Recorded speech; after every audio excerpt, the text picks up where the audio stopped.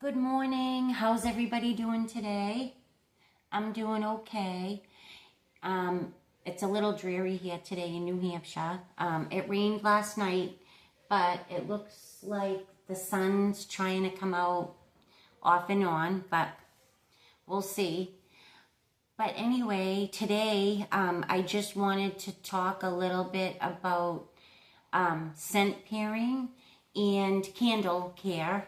And because I was on Reddit not that long ago, and somebody had asked a question about storing candles, whether we should store our candles away with the lids on or store them away with the lids off. But obviously I'm no candle expert. I just know what works for me. And I always store my candles away with the lid on when I'm not using them, because if the more air that gets to your candle, the more it'll dry out. And I think that if the fragrance oils get too dry, I think it takes away from the scent of the candle. I also think it would hurt the performance of the candle if it got too dried out. So what I normally do is when I'm done with the candle, when I extinguish it, I use this little candle dipper, and I just dip the wicks in the wax. And because if I blow them out, because sometimes I have to blow them out when I'm in a rush, and you get all that smoke, and I hate the smell of the smoke in the air. Plus, I think, after you had the candle burning, your house smells nice, and I feel like if I blow the candle out and it just takes away from, the nice smell that the candle just works so hard for. But anyway, that's my theory on, candle wax drying out. Also, before I relight a candle, I always cut the carbon balls off just at the tip. I wanted to give you guys an example. I have a Homeworks candle. It's a 4-wick. And Homeworks sometimes uses the really thin 4-wick candles. And if you cut them too short, these little thin fragile wicks, they will dud out. So I only cut them if I have to. Like, see where that little carbon ball is? I would cut just the tip of that. I would cut the carbon ball off there and here, and that's it, because you don't want to cut them too short, and because they will dud out, or you won't get that nice wax pool. But for like Bath and Body Works and Goose Creek, for instance, I only burn my candles now between, I don't know, probably 3 hours maximum, because in our old apartment, I made that mistake of burning my candles for too long. Sometimes 4 hours, sometimes more, if I forgot about it or whatever. But when we were moving, the wall where I used to burn my candles, we had a picture, and when we were moving, I took the picture off the wall, and all around where the picture was, you could see the soot all around the where the picture was, and I believe that was from burning the candle for too long. So I don't do that anymore. I think 3 hours maximum. What do you guys think? Have you ever had problems with sooting, and how long do you burn your candles for? If you guys have any suggestions, I'd love to know, how you care for your candles.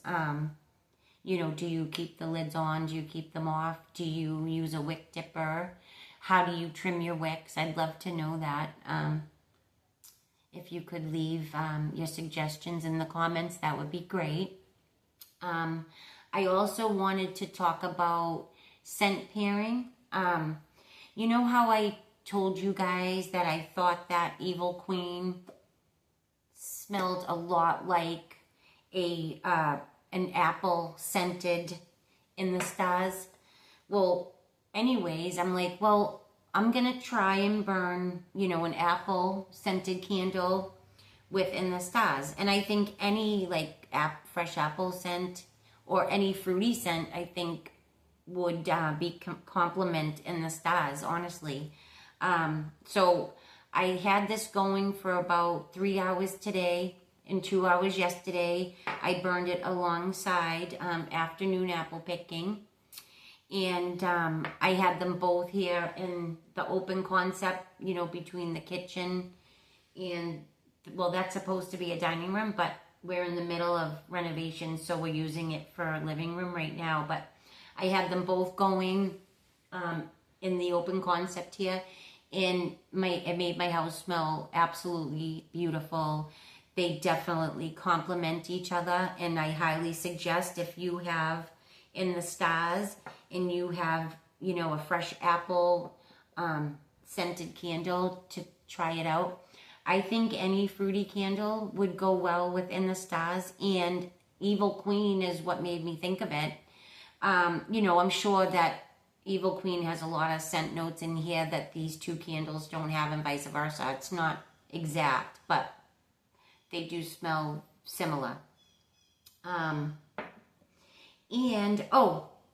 the next thing I want to try to pair is pumpkin donut shop, because this is such a bakery forward candle, and it doesn't have a lot of sweetness. It just, smells very gourmand, and I think this would pair nicely with, I'm going to try pairing with either Cider Lane or caramel pumpkin swirl.